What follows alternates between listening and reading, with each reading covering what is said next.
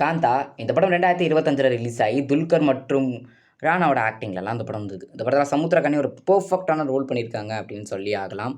படம் ஃபுல்லாகவே வேறு லெவலில் கொண்டு போயிட்டாங்கன்னு சொல்லலாம். இது ஒரு பீரியாடிக், அதாவது முன்னாடி நடக்கிற காலகட்டத்தில் நடக்கிற மாதிரி ஒரு படம்.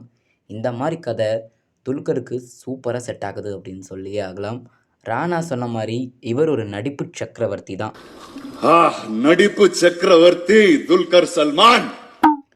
ஏன் சொல்கிறேங்கிறது கண்டிப்பாக படம் பார்த்தா உங்களுக்கு பிடிச்சிருக்கும். அவரோட ஆக்டிங் சூப்பராகவே காமிச்சிருக்காரு. இந்த படத்தில் நிறைய மிரர் ஷாட் இருக்குது. எக்கச்சக்கமான ஷாட் அந்த மிரர் ஃப்ரேம்ஸில் சூப்பராக இருக்காங்க. எனக்கு பைதவே அந்த மிரர் ஷாட் ஸ்டார்டிங்கில் ஒன்று வரும், எண்டிங்கில் ஒன்று வரும். அது ரொம்ப ரொம்ப பிடிச்சிருக்கு அப்படின்னு சொல்லலாம். ஸோ உங்களுக்கு இந்த மாதிரி இந்த மிரர் ஷாட் பிடிச்சிருந்ததுன்னு சொல்லுங்கள். அண்ட் இந்த படத்தை நீங்கள் பார்த்தீங்கன்னா உங்களுக்கு இந்த படம் எந்த அளவுக்கு பிடிச்சிருக்கு அப்படின்னு சொல்லுங்கள். இந்த மாதிரி இந்தளவுக்கு பாஸ்டாக நடக்கிற டைமில் இருக்கிற மூவிஸ் துல்கருக்கு எல்லாமே பிளாக் பஸ்டர் தான். இதுவும் தான். இந்த படம் முதல் நாள்லேயே கிட்டத்தட்ட 10 கோடிக்கு மேலே கலெக்ஷன் இருக்குது. பொறுத்திருந்து பார்ப்போம் எவ்வளோ.